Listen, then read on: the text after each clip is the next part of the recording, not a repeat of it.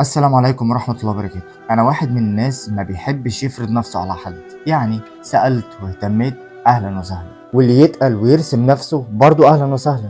قربت أنت بقى مني إيراد هتلاقيني بقرب منك 24. أخدت كده جنب من غير سبب أو حتى بسبب وما جيتش قلتلي، هتلاقيني واخد الأربع جوانب والحيطان كمان. ماليش فعلا كتالوج غير التقدير وكرامتي، غير كده بقى كله شكليات بلح. أقرب الناس في محيط دايرتي وأعظمهم نظافة من جوه، مش أعظمهم وظيفة أو مكانة اجتماعية. احترمتني واحترمت ذكائي، مش هتلاقي مني غير الاحترام والتقدير. ابتديت بقى تتقل وتتجاهل وتشوف نفسك عليا، فأنا مش هسمح لك تشوف نفسك أصلا. بقيت متواضع معايا، هتلاقيني بشيلك فوق دماغي. الدنيا بسيطة جدا، مش محتاجة رسميات وكلاكيع في التعامل.